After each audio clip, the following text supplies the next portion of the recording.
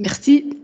On vous Mhm. remercie pour la clarté et la pertinence de votre exposé. En fait, ma question, c'est concernant le jeûne et le jeûne intermittent. On a parlé tout à Oui. l'heure, l'apport du jeûne intermittent pour faire face et combattre la résistance à l'insuline. Vous pouvez nous parler Oui. davantage sur les mécanismes et sur l'apport pour la résistance à l'insuline. Merci. Alors, le jeûne intermittent, c'est toujours une question très difficile pour moi parce elle va dépendre de l'âge. C'est-à-dire que plus vous allez en âge, plus votre organisme il a besoin de routine, il a besoin de régularité.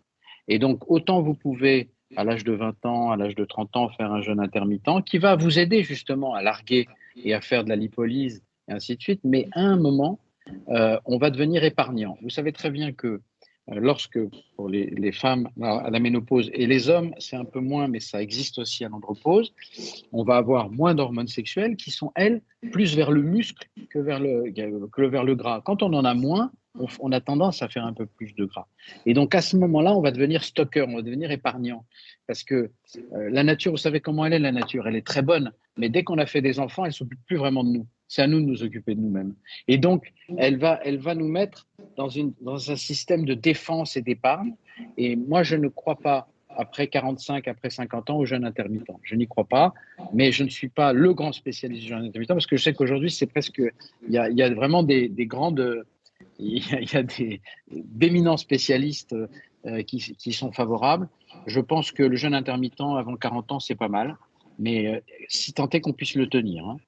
Parce que d'abord, ça dépend des conditions de vie, ça dépend de son travail, ça dépend. Et puis souvent, quand on mange moins, on mange pas, on boit pas. Ça va ensemble. Et donc, si on ne boit pas et qu'on est au soleil, qu'on est en train de travailler, enfin, voilà, il faut du bon sens, quoi. Moi, je pense qu'effectivement, le jeûne intermittent, ça peut être une solution pour combattre l'insuline résistance. Et il faut le faire avec votre médecin, parce que c'est le médecin qui est le patron dans cette affaire, et qui, lui, va surveiller les variables biologiques, et on va voir si effectivement ça a une efficacité. Ça peut en avoir chez certains. Peut-être que demain, on verra des génotypes qui sont favorables au. Parce que j'avais une diapo que je ne vous ai pas montrée, j'en ai enlevé quelques-unes, mais il y en avait une, par exemple, sur l'influence du groupe sanguin sur l'apparition du diabète. On sait qu'il y a des groupes sanguins, je crois que c'est oui, c'est AB, où il y a plus de diabète que chez les autres, significativement. Hein. Donc, bon, aujourd'hui, je n'ai pas assez d'informations pour vous répondre.